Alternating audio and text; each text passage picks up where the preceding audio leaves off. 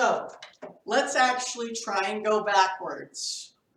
So we're starting at the end of what we just did, 3x over 2x squared minus x minus 1. We're starting with this, and we want to go backwards, okay?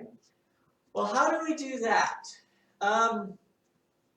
First off, if you remember the bottoms of my fractions, the two separate fractions, were the factors of this bottom here. And so what I'm going to do is I'm going to start by factoring the bottom, okay, or the denominator. Step 1, factor denominator.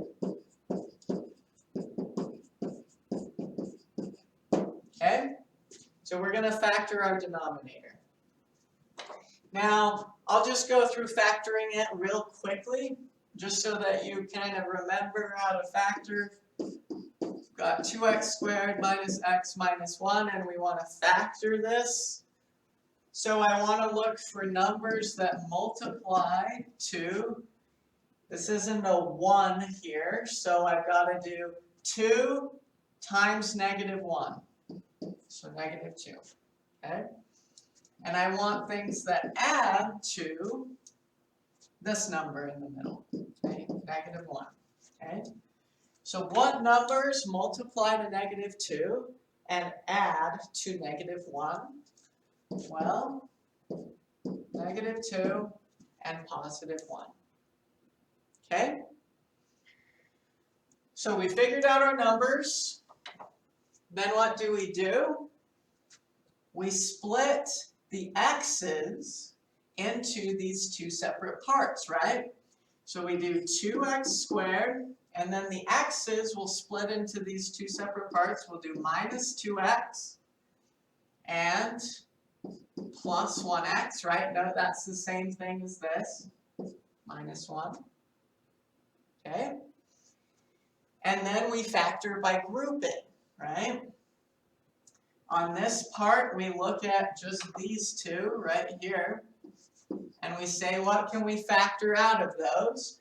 Well, there's a 2x in both of them, so I'll take out a 2x. Okay? And then this other one, is there anything we can take out of it? Well, not really. It seems fine the way it is, so I'll just do 1 times x minus 1, right? Take out a 1. So, I've now factored out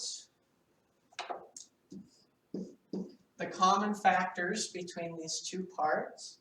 And so now, the only thing I have to do is group my things together, right? I do 2x plus 1, right, plus 1 because of this, times x minus 1, right? Because these two were the same, so if I have 2x, x minus 1s, and I add 1x minus 1 to it, well, I would have 2x plus 1 x minus 1s, right? Okay.